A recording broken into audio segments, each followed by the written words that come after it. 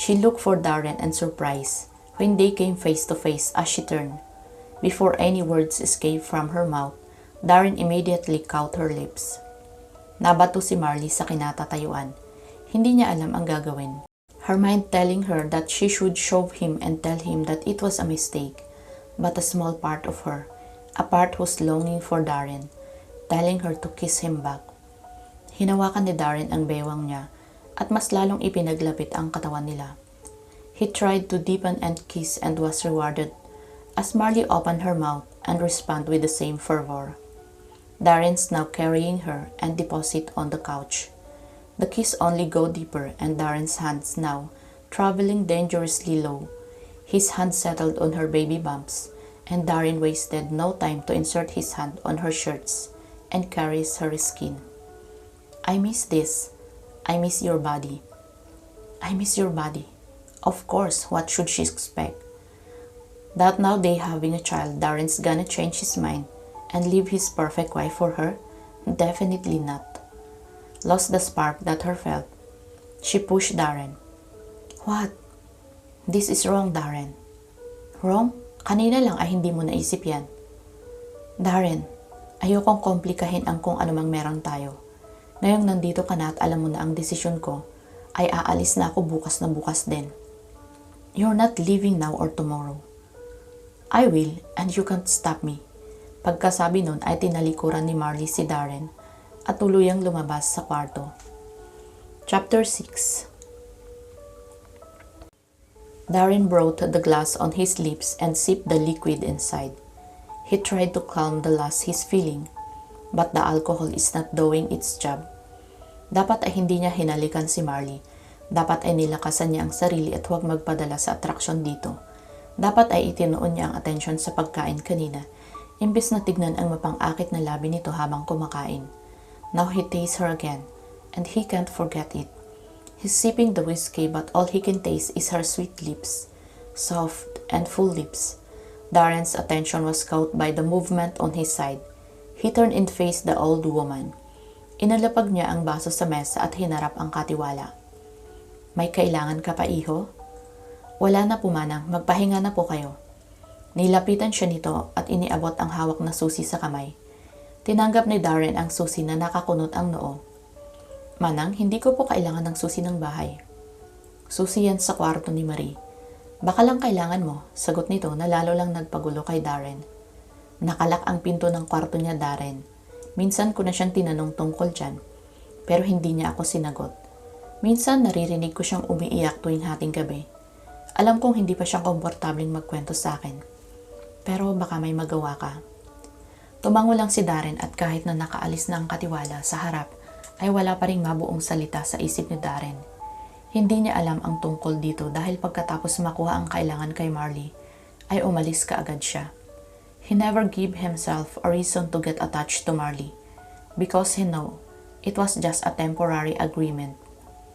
Sa mga narinig mula kay Manang Rosa, ay wala siyang dahilan na maisip kung bakit nagkakaganon si Marley. He wanted to think that she's trying to please him, pero hindi lang nito ngayon ginawa. Naglakad si Darren at huli na bago maisip niyang nakatayo na pala siya sa harap ng kwarto ni Marley. Hinawakan niya ang doorknob at pinihit ito. Tama nga si Manang Rosa, it was luck. Naisip niyang buksan ito, pero alam ni Darren na hindi ito magugustuhan ni Marley. His patience after that kiss is thin like a thread, and he's afraid that one confrontation will snap him and lost his control. Tumalikod siya at balak sanang magpahinga sa isa sa mga kwarto ng bahay nang marinig niya ang sigaw ni Marley sa loob ng kwarto. Mabilis siyang umikot at naglakad pabalik. His mind bombarded with so many ideas that he can't think straight. Is it the baby? Is she hurting?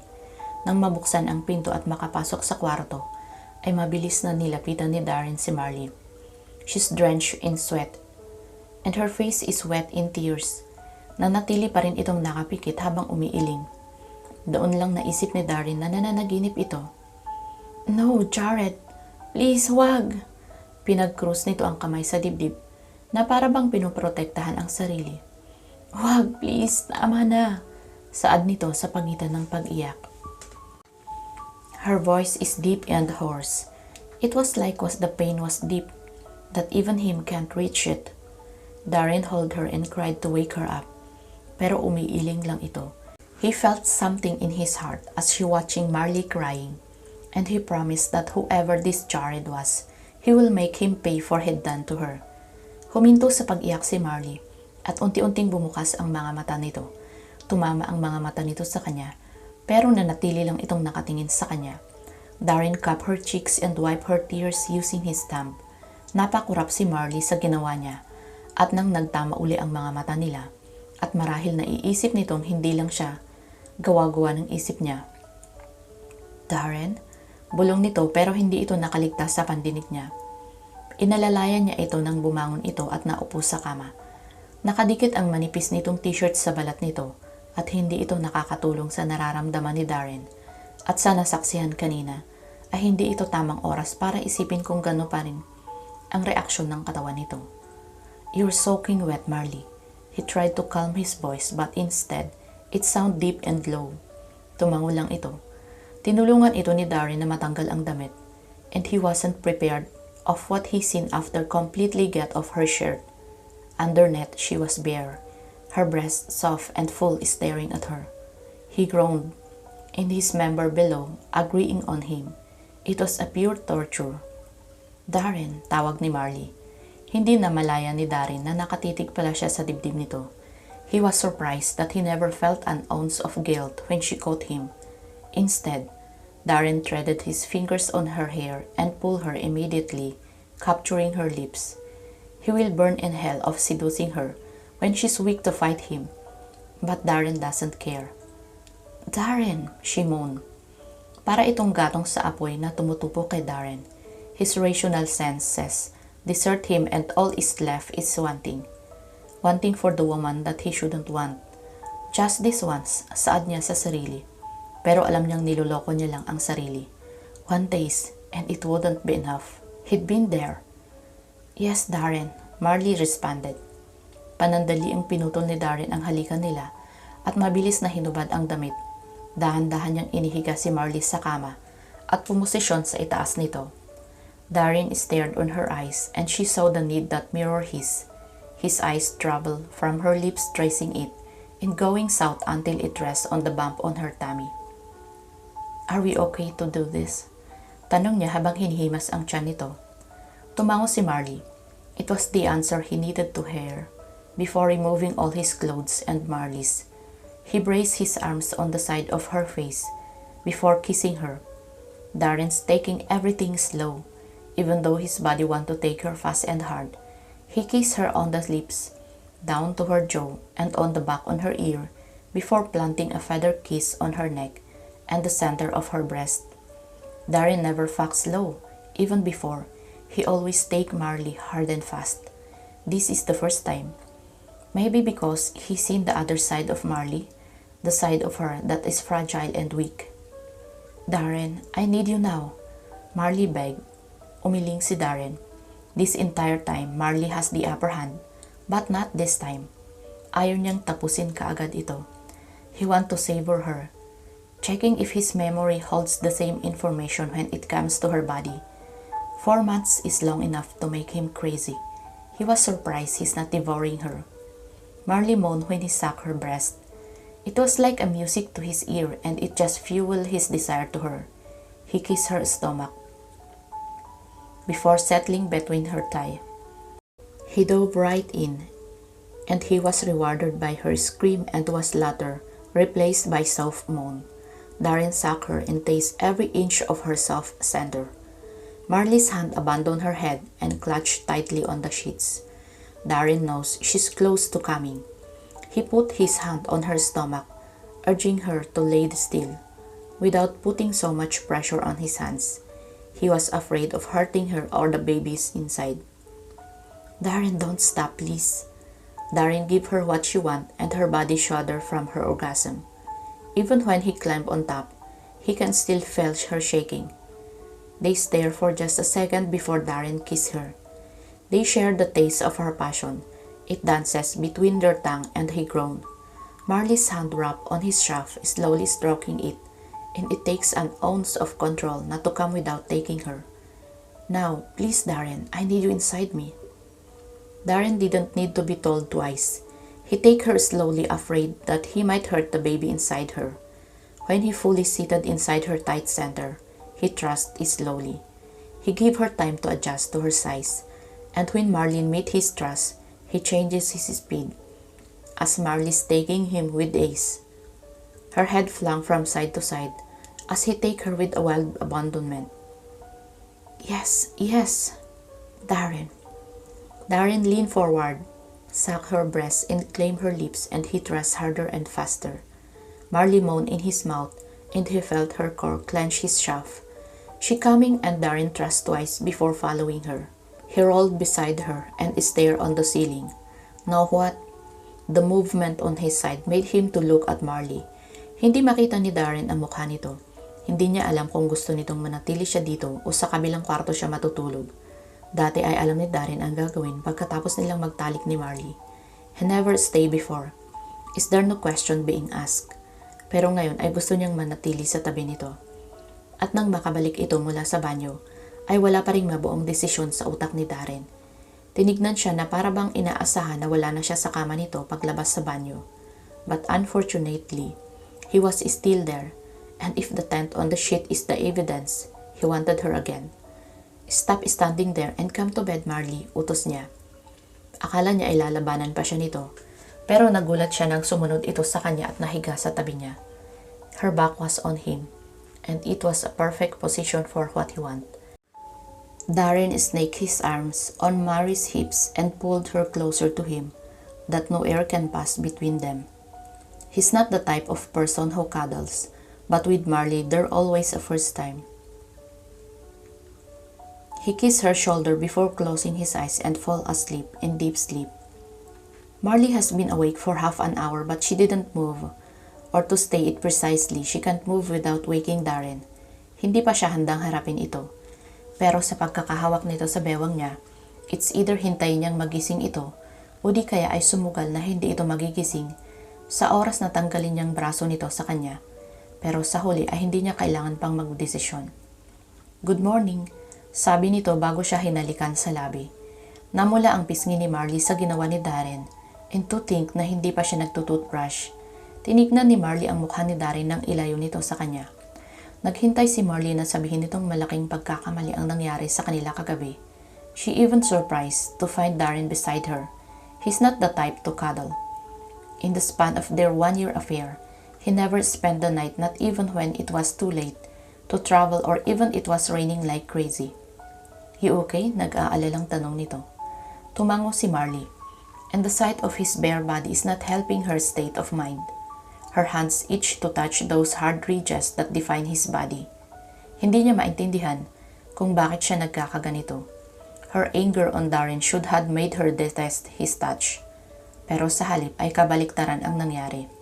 She fell in his arms again, giving her body to him when she knows he did not believe her every words. She fell for him, pero gusto niyang isisi ito sa kahinaan niya kagabi, and Darren has been there. Naupo si Marley, hawak ang kumot sa dibdib niya. Darren's mouth opened only to be interrupted by the ringing of her phone. Nagmumula ang tunog sa slack nito na naglalatag sa sahig. Bumaba si Darren sa kama at kinuha ang cellphone sa bulsa ng slacks nito. Wala itong pakialam na nakatayo ito sa harap niya na hubot-hubad. Mabilis na inilipat ni Marley ang tingin sa ibang direksyon. They made love. They fucked for many times. But Darren leaving her after he get once doesn't give her a confident boost, and even when she's on her teens, she had this insecurity on her body. F! Saad ni Darren nang ibaba nito ang aparato. Napatingin si Marley dito at kita niya sa mukha nito ang galit. Mabilis itong nagbihis at ihinarap siya nang matapos. I need to go, paalam nito. Tumango si Marley. Ngayong alam mo na ang desisyon ko, aalis na ako ngayon, Darren. What the F, Marley? Sigaw nito. Muntikan nang mapatalon si Marley sa gulat. Looking at him, he reminded her of his stepfather and Jasper when they are mad.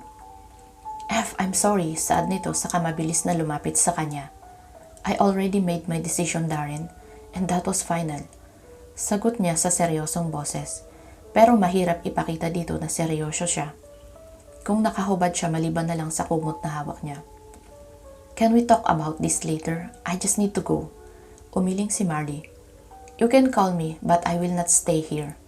Nang tumunog ang cellphone nito ay alam ni Marley na pansamantalang nanalo siya sa usapan. If you leave this house, remember I will come after you. Remember that. So please don't do that. And let me have a peace of mind before I leave, okay? Pagsabi nun ay dinampian nito ng halik ang labi niya bago siya tinalikuran at lumabas sa kwarto. Binagsak niya ang katawan sa kama at itinakip ang isang braso sa mata niya. Hindi niya maintindihan ang ipinapakita ni Darren sa kanya. This is one of her fears when Darren started to give her false hopes. Tama lang ang desisyon niyang umalis na dito. Chapter 7. Darren looked himself in the mirror as he tried once again adjusted his bow tie. Nang sa kontento na siya ay lumabas siya sa walk-in closet.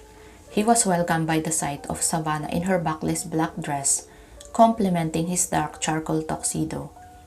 You ready? Tanong niya.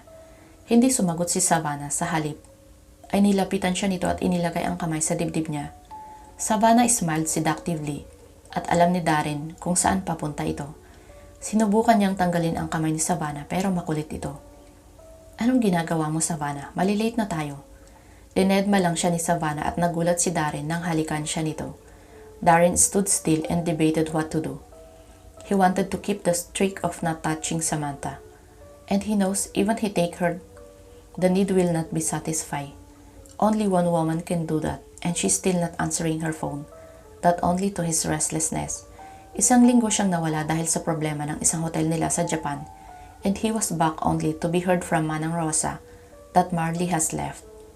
And with the preparation of the party he was left, but to wait until this hour to be able to pick up Marley and put her where she needed to be. Hinuli ni Darren ang kamay ni Savannah. This time ay siniguro niyang alam na nito na hindi niya nagugustuhan ang ginagawa nito. Let's go, Savannah. You really lost your interest in me, right? I wonder who feel you need when you won't accept mine. At ayaw kong paghinalaan ka, Darren. Pero alam ko ng babae kapag nangangaliwa ang asawa niya. Wala akong ebidensya sa ngayon pero siguraduhin mo lang na hindi ko kayo mahuhuli dahil hindi mo magugustuhan ang gagawin ko. Savannah left him pagkatapos nitong bitawan ang mga salita. Naiwan si Darren na nakatayo sa gitna ng kwarto nila at nakatingin lang sa papalayong figura nito. Napailing si Darren pagkatapos ay sumunod dito. They will be late if they will stay here for another minute. Marley nervously swiped her sweaty palms on her thigh. Hindi niya alam kung anong pumasok sa utak niya at tinanggap niya ang alok ni Martin na maging date nito sa founding anniversary ng company ni Darren. Alam niyang magagalit ito pag nakita siya kasama si Martin. And not to mention na halata na ang malaking umbok sa tiyan. Sa oras na dumating sila doon ay maaaring mapagkamalan na si Martin ang ama ng dinadala niya. Calm down, Marley. You've been there before kaya wala kang dapat ipag-alala. Saad nito tsaka hinuli ang kamay at marahang pinisil. Yes, pero wala pa itong malaking umbok sa tiyan ko. At kapag nakita nila tayo, aakalain nilang anak mo ang dinadala ko. Sagot niya. Would it be that bad? Tanong nito na dahilan para mapatingin si Marley dito. Nakahinga siya ng maluwag nang makita ang ngiti sa mga labi nito. It wouldn't be that bad if a middle-aged man fathered her child as long as she loved the man. Marley really liked Martin, and it was a seldom occurrence. She's been guarded ever since she left the one she considered home long time ago, at ayaw niyang sirain ang magandang pinagsamahan nila ni Martin dahil sa may gusto ito sa kanya at hindi niya kayang ibalik iyon. Paano mo nga pala nalaman kung saan ako nakatira? At matagal na panahon ang lumipas. Bakit ako gayong marami namang pagkakandarapang samahan ka sa party na ito? Gaya ng sinabi ko kahapon, Marley, sasagutin ko lahat ng katanungan mo pagkatapos ng party at may mahalaga akong sasabihin sa'yo na dapat ay sinabi ko noon sa'yo pa man. Bakit hindi ngayon? Tanong niya. Napangiti si Martin tsaka napailing. Alam ni Marley na wala itong balak na sagutin siya kaya ibinalik niya ang tingin sa harap. Martin cupped her both cheeks in her surprise and kissed her forehead. Walang naramdaman si Marley sa halik nito maliban sa kalungkutan. She constantly seek a father figure in her life, while her failed to motherly figure thanks to her aunt, and her uncle failed had to do it. And looking at Martin, she knows that's the first thing that drawn into him. We're here. You ready? Tanong nito. Tumango si Marley. She will be facing Darren tonight whether she like it or not. At hindi niya alam kung anong gagawin nito. Hindi naman siguro ito gagawa ng eksena. Alam ni Marley kung gaano kaimportante ang kumpanya para kay Darren. At kapag nalaman ng mga tao sa loob ang pangangaliwa niya, ay maaaring maapektuhan ang kampanya nito. At ayaw ni Marley na mangyari iyon. Nang makalabas sa sasakyan ay napatakip si Marley sa mga mata nang salubungin ng flash ng mga kamera. Nagulat siya dahil wala namang naging pakialam ang media sa kanila noon ni Martin. Martin shielded his body to block the flashes and help her to stand. Okay ka lang? Tumango si Marley bago huminga ng malalim. She just need to walk and smile how hard it can be. Martin held her hands as they walked the red carpet entering the lavish hotel of Montefalco Empire. She's been here before and she was amazed, especially the painting hanging on every wall on the hotel. Most of it was painted by Martin, which she was shocked since she had no idea of the man's job before. They were assisted and was led to the main party. As the double door opened and they step inside, the room goes silent, but only for a seconds before they goes back to their own business. Marley let out a sigh of relief and was able to plaster a smile on her lips as they moved through the crowd and stopped dead in front of Darren and his family. Marley fight the urge to run on different direction as she saw the deadly stare from Darren. "Martin, glad to see you here," Darius Montefalco said and gave Martin a hug. "And who's this beautiful woman on your side, you slimy old man?" "This is Marley, one of the most special women in my life. And Marley, this is Darius." Inilahad ni Marley ang kamay dahil hindi niya alam ang gagawin, not to mention the tension in the air caused by her and Darren. It was pretty awkward. "Oh, none of that, child," saad nito bago niyakap. Sumunod na nagpakilala ang ina nito kasunod ang kapatid nito. Marley noticed how Daniel gaze linger on her before shifting it to Martin. They sit on the table with Darren's family and Marley might die in awkwardness. At dahil wala namang alam si Martin sa namamagitan sa kanila ni Darren, ay hindi niya masisi ito. Pililit niyang umaktong normal sa harap ng mga ito at hindi pinapansin ang mga tingin na ibinibigay ni Darren. She laughed on his father's joke and sometimes throw a lame joke. She sometimes throw a sideways glance at Savannah, and she can't help but to admire her beauty. She's really heart-stoppingly gorgeous, kaya hindi niya maintindihan kung paano nagawa ni Darren na magtaksil dito. Hindi sa sinisisi niya si Darren dahil hindi lang naman si Darren ang mag-isang nagtataksil dito.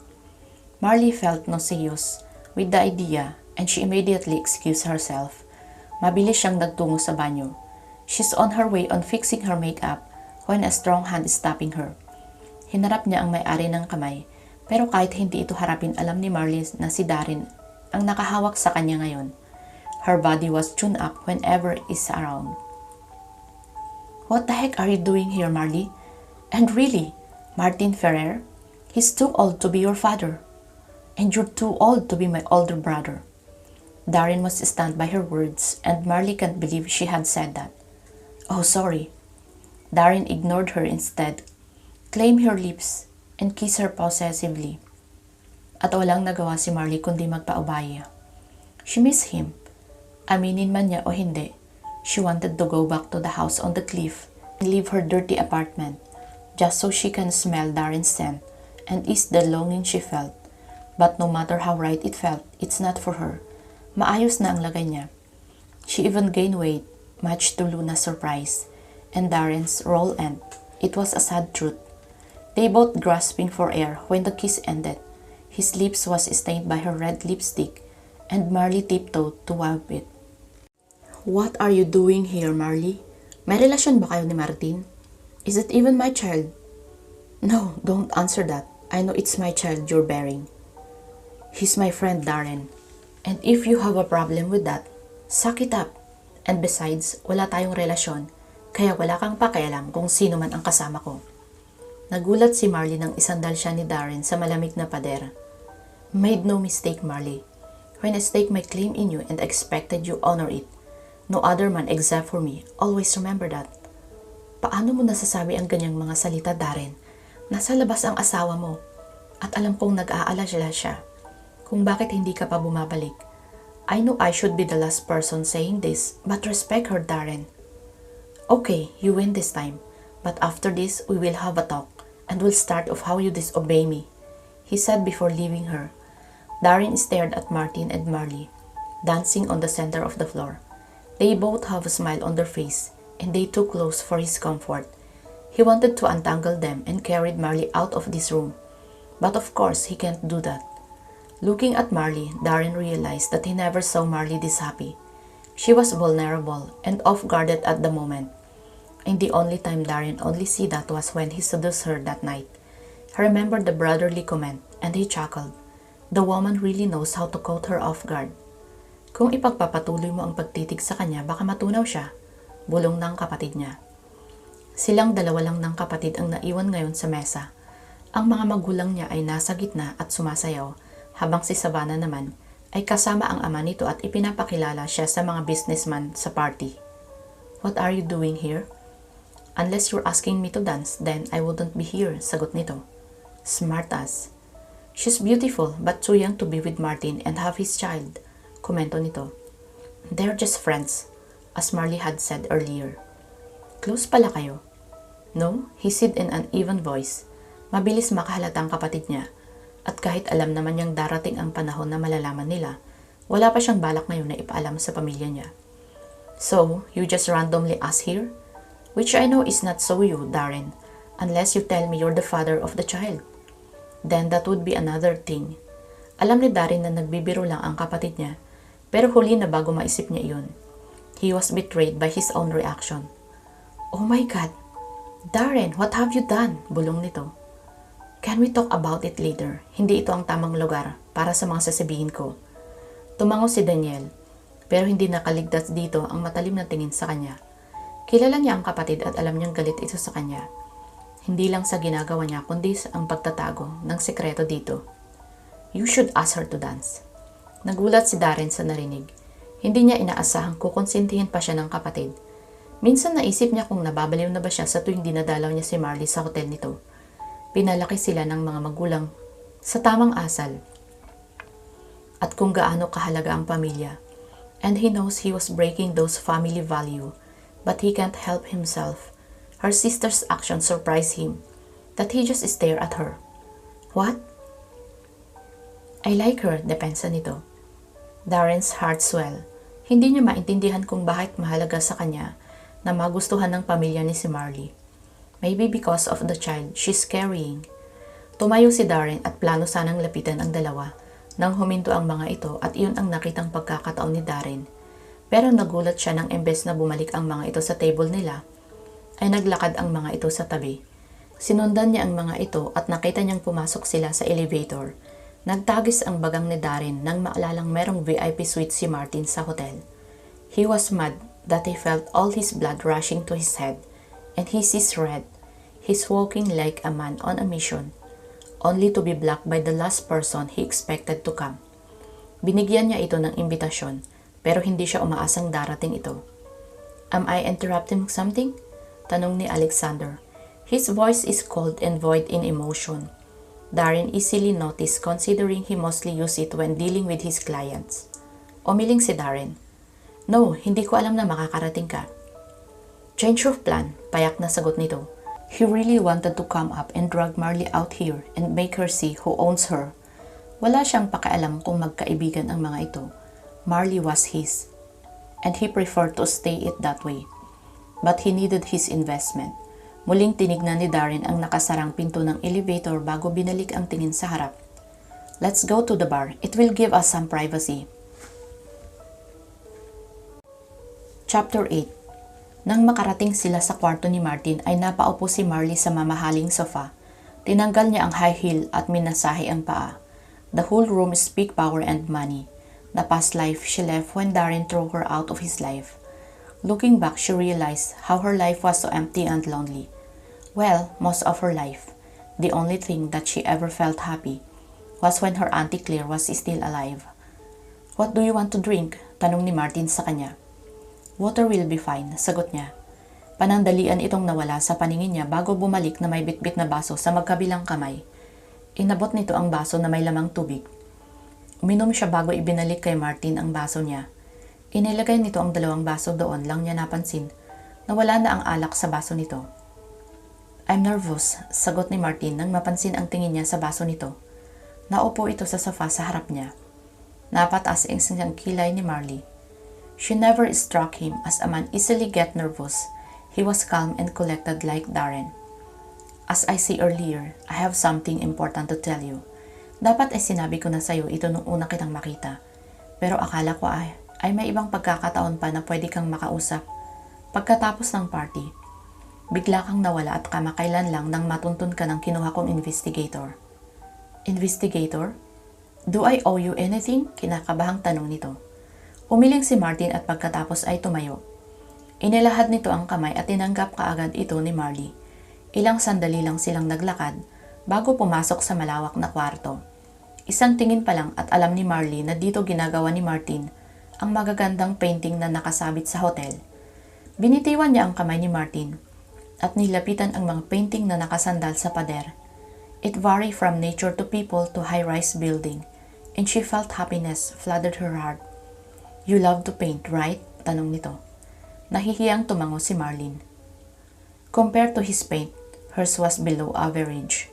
She wished she could paint like this, to transform the emotions in her hearts into a beautiful piece. Huminto si Marley sa painting na natatakpan ng tela. Napatingin siya kay Martin. Marahil ay hindi pa ito tapos o di kaya ay sa sekreto nitong kliyente. Napaatras siya at plano sanang lagpasan nang pigilan siya ni Martin. This is where I should start. Tinanggal nito ang nakatakip na tela at napasingap si Marley. She wanted to protest and says rude word to Martin. But before she could do that, she stopped and looked once again at the painting. The woman is sleeping. Her tops was bare and the bottom was hid by the sheets. Her face was glowing. The look the woman had after a satisfying lovemaking. She blushed. Though she knew that she's not the woman on the painting, it was personal and erotic. She's your mother, he said, cutting her reverie. Napalingon si Marley kay Martin. Shock was written all over her face. Maraming litrato ang tita niya kasama ang ina, mula pagkabata nito hanggang sa magdalaga. Kaya alam niya ang itsura ng ina. Nang tumakas siya mula sa tito niya ay dinala niya ang litrato ng ina at tita niya. Pero naiwan niya ito nang tumakas ulit siya kay Jared. Ang alaala niya sa ina ay nung bata pa ito, malayo sa babae sa painting. Pero nang titigan niya ulit ito ay nakita niya na naroon pa rin ang hugis ng mata nito. Ang labi nito, ang diretsong ilong. Hindi niya napigilan na hawakan ito. She looked like her mother and she can't control the tears that fall from her eyes. She looked like you, pagsang-ayon ni Martin, na para bang nabasa nito ang naiisip niya. Tinignan ni Marley ang lalaki sa harap. Ito ang unang pagkakataon na tinitigan niya ito nang hindi nahihiya. He looked so handsome, as if he was cut out from the magazine. But Marley slowly noticed something. Her eyes go wide with understanding. You are my... Yes, I am. Putol nito sa sasabihin niya at kinulong siya nito sa mahigpit na yakap. Hindi napigilan ni Marley na mapaiyak at hindi siya nag-abalang pigilan ang mga luha na bumuhos sa mga mata. For once in her life, she chose to feel weak, not because of her damn nightmares, not because of her fear. This time, she chose to cry because she chose it. I'm sorry for everything, bulong nito sa kanya. He whispered soothing words, pero lalo lang siyang napaiyak. Martin let her, and she noticed he was shaking too. They were on that position when Darren's voice boomed inside the room. What the F? Inilayo niya ang sarili sa ama niya at tinignan ang galit na mukha ni Darren. Nakakuyom ang kamay nito sa magkabilang gilid at pakiramdam niya ay susugurin nito si Mar, ang ama niya. The only time she's seen him like this was when he throws his out of his hotel. Anong ginagawa mo, Darren? Tanong ni Martin.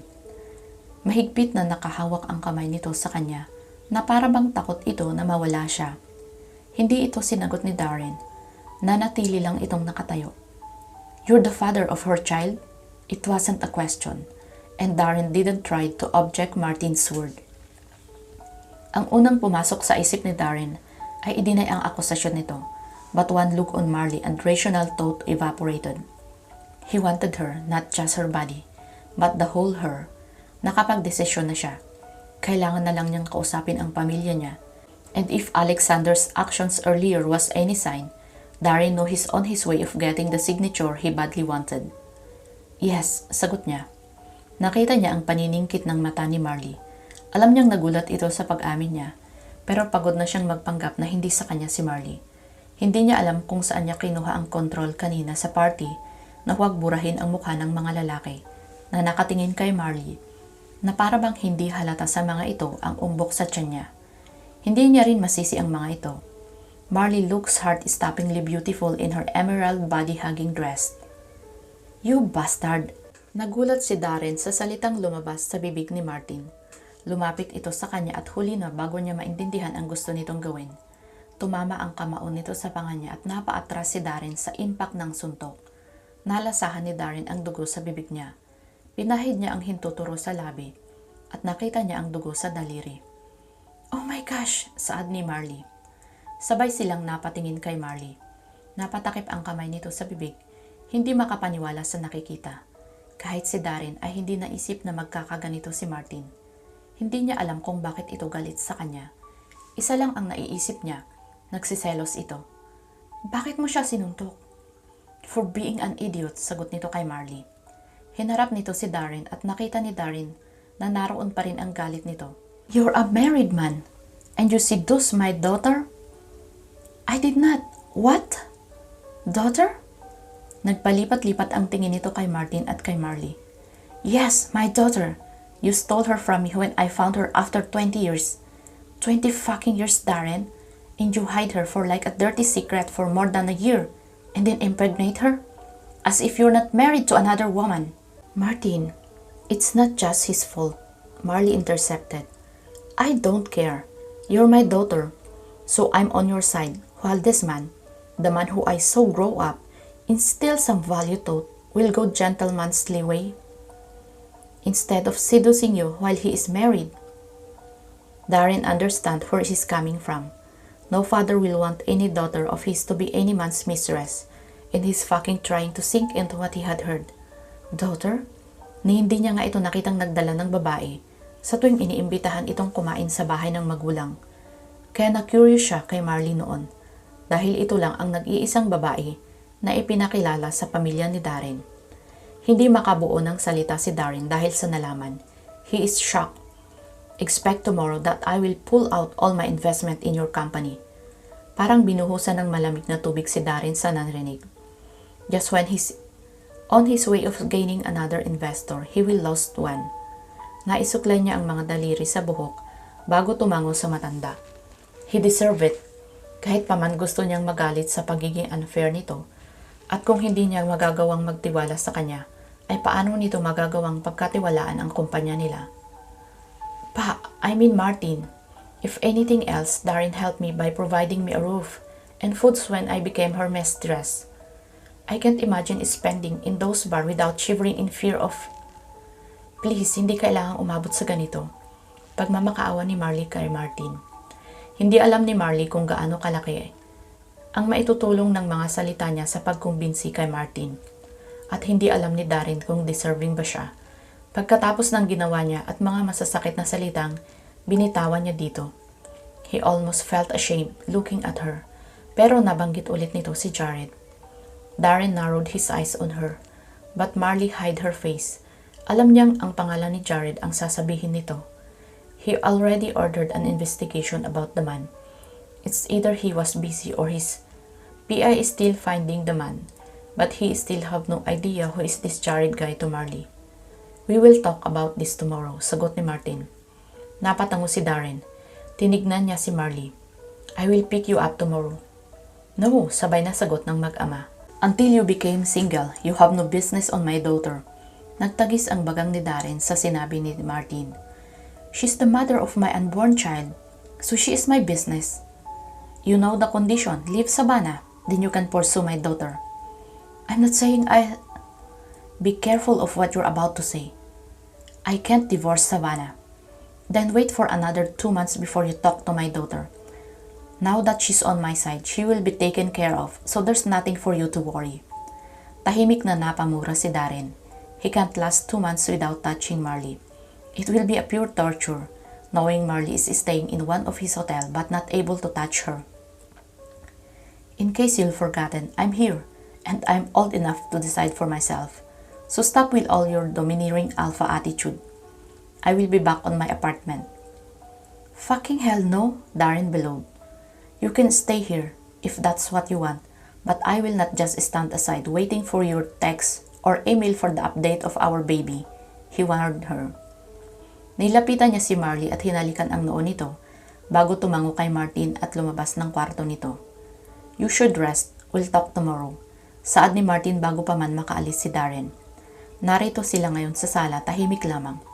Alam ni Marley na binibigyan siya nito ng pagkakataon para mag-sink in sa utak niya ang nangyayari. Tinignan niya ang ama sa harap niya. Nakatingin din ito sa kanya at hinihintay siyang magsalita. Hindi ako makakatulong ng maayos hanggat hindi ko naririnig ang buong istorya. Simula niya. Kailangan kong malaman kung bakit mo nagawang iwan kami ng mama ko. I painted you a selfish bastard sa ginawa, and I should be mad at you right now for abandoning us. But I'm giving you the benefit of the doubt. So please talk. Tumango ito. Ininom muna nito ang natirang alak sa baso bago sumandal sa sofa at ipinikit ang mata. I came from an old money family. We have business here and there, and as the only child, I was expected to follow my father's career path. Pero wala roon ang puso ko. Gusto kong magpinta. As a sign of rebellion, I left home with nothing in except for my dreams. I met Kate in one of my stops. She works as a waitress and a diner. I was immediately hooked up on her beauty and wonder how come she works in diner with no one claiming her. We hit off, pero nilinaw ko sa mama mo na hindi pa ako ready sa kahit anumang commitment. Kaya nung pinuntahan niya ako at sinabing buntis siya, ay tinalikuran ko ang responsibilidad ko. I was ashamed of my reaction and the decision I made at that time. But there's nothing I can offer her at that time. What about emotional support? Kung tama ang hinala ko, she's 23 when she had me. The same as me. She needed you and you bail out of her? Binuksan ni Martin ang mga mata at tinitigan si Marley. Kita ni Marley ang pagsisisi sa mga mata nito, ang sakit. I'm sorry. There's nothing I can say to justify my action. I know it. That's why I was looking for you. When I had the money, I threw it all just to find you and your mother. I was able to, but it was too late. She died in a childbirth, your Aunt Claire died, and you ran from home. Tanging Tito Oscar mo lang ang naabutan ko. At nung nalaman ko kung bakit ka umalis sa poder nito, ay hindi ako nagdalawang isip na ipakulong siya. He almost hurt you at wala ako doon para protektahan ka. Napakagatlabi si Marley, pero hindi siya nagtagumpay na pigilan ulit ang mga luha sa pagtatak. She's never a crier and she wanted to blame in her crazy pregnancy hormones. The reunion is emotional, na kahit ang ama niya ay umiiyak din. If only I known, then I wouldn't be suffer from the cruelty of Jasper. I wouldn't lose my innocence and only to be replaced by fear. The paranoia of someone will hurt me. Even I already escaped from his clutch. Maraming nawala sa akin, and I can't even remember when was the last time I was able to live without fear, without this sick delusion of someone watching me. That's why it was easy to accept your offer at the bar. Money means security to me. I accepted Darren's offer, even if I have to lose my self-respect. Binigyan ako ni Darren ng seguridad, kahit paman kabit lang ang tingin niya sa akin. Tumayo si Martin at ikinulong siya sa mga bisig nito. I'm sorry, Marley. If only I can change everything, I will. With all the money and power I have, I will. Umiling si Marley. I love this child already. And you love him, right? Tumango lang si Marley. It wasn't hard to answer for, cause she knows she never stopped loving him. Chapter 9. Darren picked up his phone and stared at the name on the screen, silently hoping that the news this time it will be the opposite of the last time they had talked. Hello? Mr. Montefalco, I dig deep as just what you instructed. Your wife is smart, and coming from me, it was a compliment. But I've been in this business for so long. I know where to dig. I already sent every information I've got, including the dirty one. Hope it will be enough. Okay, just wait for the payment. And please update me if you found anything on Jasper. Darren knew it will be difficult to find the man without knowing its last name. But he hired one of the best PI he ever known at alam niyang mahahanap nito ang lalaki. I will.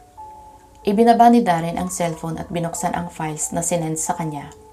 Hindi na sorpresa si Darren sa mga nakitang mga larawan. Savannah, love sex, at sa ilang buwan na pagtanggi niya dito, alam niyang hahanap dito ng iba. He continued to scroll down and Darren looks darkened. Some of the pictures dated years ago when the marriage is still fresh and strong, and Darren knows some of the older men own some shares on Darius' company. Then reality struck Darren.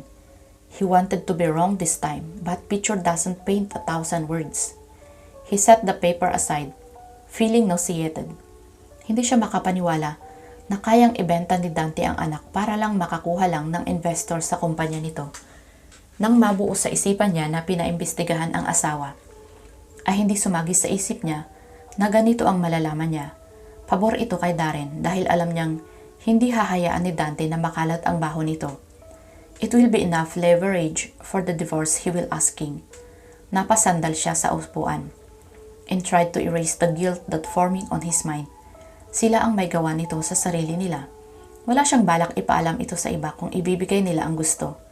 He will now stop playing on their beat. It's time to let them know that he have the upper hand. Natapos ang malalim na pag-iisip niya nang tumunog ang intercom. Nagsalita ang sekretary niya sa kabilang linya at ipinapaalam na narito ang kapatid.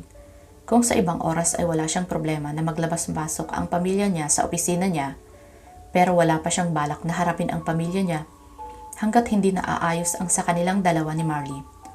Hindi alam ni Darren kung sinabi ba ni Martin sa mga magulang niya ang tungkol sa kanila ni Marley, and he hoped not, pero may karapatan ito. Ate, anong ginagawa mo dito? Tanong niya bago ito dinampian ng halik sa pisngi. Did I miss the notice? That I was being banned in your office? Balik na tanong nito. Darren rolled his eyes. That's not what I meant. I know. Nagtungo sila sa receiving area ng office niya at naupo si Daniel sa sofa at nagtungo naman si Darren sa mini fridge at kumuha ng bote ng tubig bago inaabot sa kapatid. So, tanong niya nang maupo sa sofa kaharap ang kapatid. Tell me about Marley. Darren groaned. If there's one thing that he hated on her sister, is that she can't forget anything kahit paman gaano ito kailit. At dapat ay inisip niya iyon bago siya nangako sa kapatid.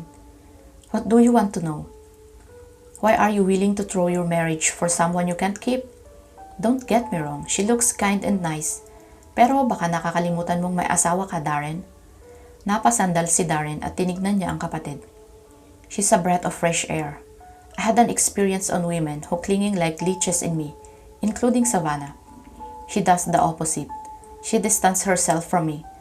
What we had cannot be called a relationship. I tried to distance from her because while she's doing what I expected from the women whom I treat as a fling, I started to see the different side of her. I got scared of falling for her, and when the opportunity given to me, I threw her out of my life. Oh my gosh, what did you do, Darren? Darren tell his sister everything. How he treat Marley like she was a whore he picked up on the street. The words he threw at her that he know hurt her so much. And how did they met again? Daniel silently listening to Darren, pero kita ni Darren sa mukha ng kapatid na dismayado ito sa ginawa ng kapatid. Wow, when you decide to be a jerk, you gone at full swing. Trust her sister to insult him without wincing. So what now? Ilang buwan na lang manganganak na siya. Hindi pa alam nila mama ito at pati na rin ang asawa mo. So sorpresahin mo na lang ba sila? Oh, and wait, anong meron sa kanila ni Tito Martin? I don't believe her na magkaibigan lang sila.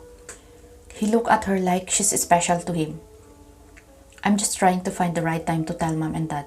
And I hope you will keep it to yourself first. Sinamaan siya ng tingin ng kapatid na tinawanan niya lang. And to Marley and Martin's relationship, they were more than just friends. Namilog ang mata ng kapatid niya. And you okay with that? Napangiti si Darren. It's not what you're thinking. Nalaman ko kagabi na anak ni Tito Martin si Marley. What? Sigaw ng kapatid na napatayo sa pagkagulat. Tumango si Darren, hindi ko alam ang buong istorya at hindi ko alam kung malalaman ko pa ba. What do you mean? Pinagbawalan ako ni Tito na lapitan siya hanggat kami pa ni Savannah. Paano ang magiging anak nyo? Of course, I will not stand on sidelines. I'm making move. It was a drastic move but I know it worth all the risk. You really like her. I just wish you could be together. I already like her. Napataas ang isang kilay ni Darren. Kagabi mo lang siya nakilala. Paalala niya. Isang gabi mo din naman siyang nakilala And besides, sabi ni Manang Rosa ay mabait daw si Marley. What? Kailan mo nakausap si Manang? Kanina. But relax, okay? Akala ko lang ay doon mo itinatago si Marley. And I was disappointed nang hindi ko siya nakita kanina. When you say it like that, you made it sound like I'm a criminal. That's not what I meant, but please tell Mom and Dad sooner. Tumango si Darren. I know. Umiling ang kapatid niya. I'm going now. May kailangan pa akong gawin sa studio. And I will pick up Alex. It would be nice to have another child in our family. Her sister's eyes turned dreamily. I know how you love kids, but you must find man first to have a child. No, thank you. Saad nito na bagaman nakangiti, ay alam ni Darren na naroon pa rin ang takot nito na magtiwala sa ibang lalaki. Daniel started dated long time ago, but one look at them and Darren knows they are not right for her sister. They don't provide her the assurance and the security that she's looking for. Tumayo si Darren. Take care, saad niya at niyakap ang kapatid. Bumukas ang pinto at sabay silang napatingin ni Daniel sa dahilan. Alexander strode inside with Darren's secretary on his back. Nag-aalala ang mukha nito. Of course, Darren can't fault her. Alexander is a force to be reckoned with. Kung gusto nitong makita siya at gagawa ito ng paraan. Not that it happened often. This is the first time Alexander is in his building. Alexander, hindi ko alam na darating ka. Saad niya at kinamayan ito ng makalapit. Kailangan kong pumunta sa Singapore bukas and will be staying there for a week. I want to sign the proposal so that anything that left can be handled by my secretary. Of course. He tried to hide the excitement on his voice. Darren presented his proposal, and Alexander signed it without reading it again. After that, he shook his hands once again and faced his sister. Hello, Daniel. Bati nito sa kapatid na muntikan ng makalimutan ni Darren. Hello, Alexander. Ganting bati nito. Napansin ni Darren na hindi ito komportable kay Alexander. You know each other? Tinignan ng kapatid niya si Alexander.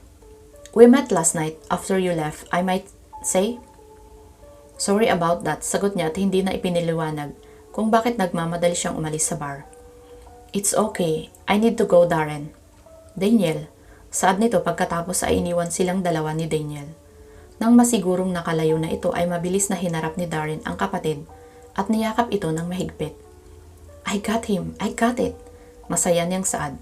You deserve it, Darren, bulong nito. We got it, thanks God. Binitawan niya ang kapatid at hinalikan ito sa noo sa sobrang saya. Because this is more than just an investment. This is his freedom. Congrats! Napatingin si Darren sa katabi. Nasorpresa siya at ito ang unang nagsalita. Wala siyang kibuan.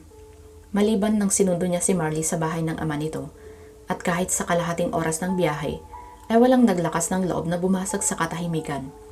Hindi niya maalala kung anong nangyari nung huli silang magkita, maliban sa nalaman niyang anak pala ito ng Tito Martin niya. But it felt like they were back from being a stranger.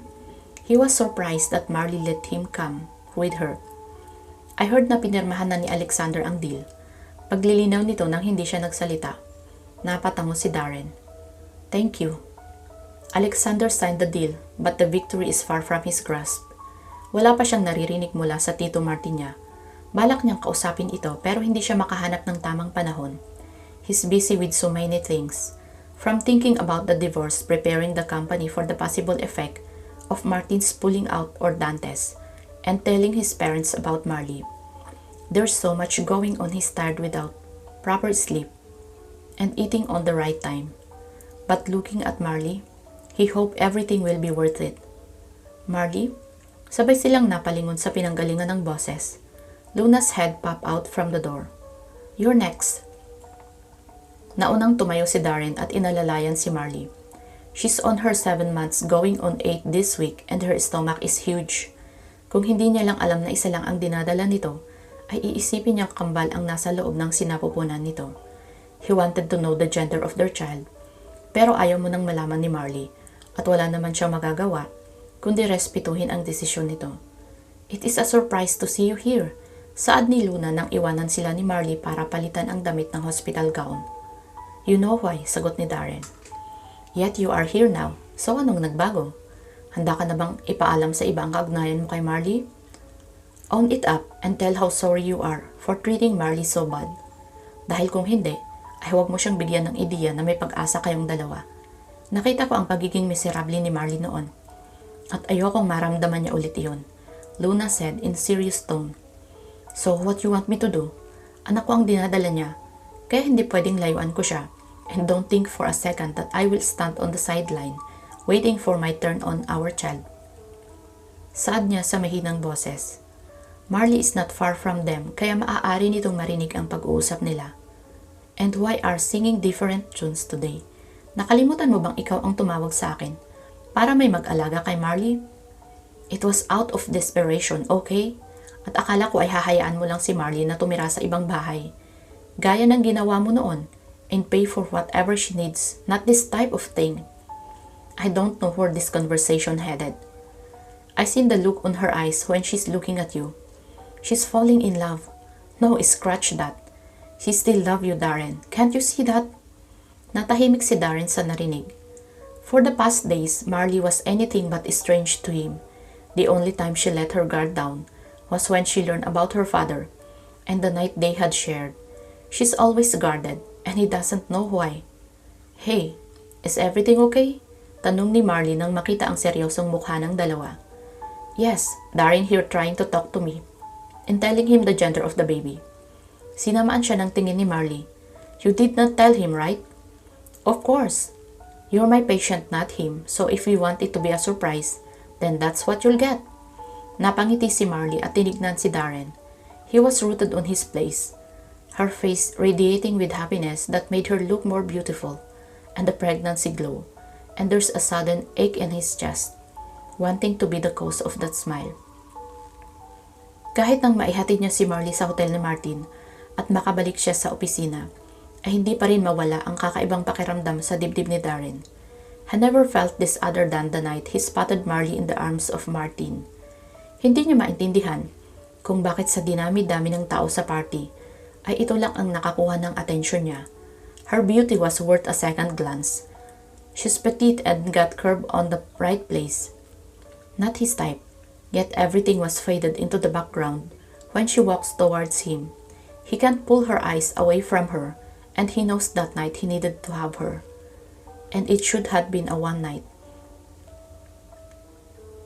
Just to appease his curiosity of why her, and not the most beautiful woman in the room got his attention.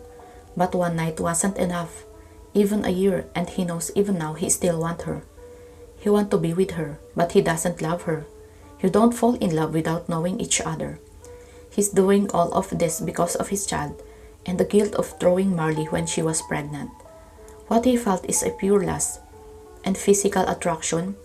He didn't fall with anyone. Yet, why he doesn't sound convinced on his words?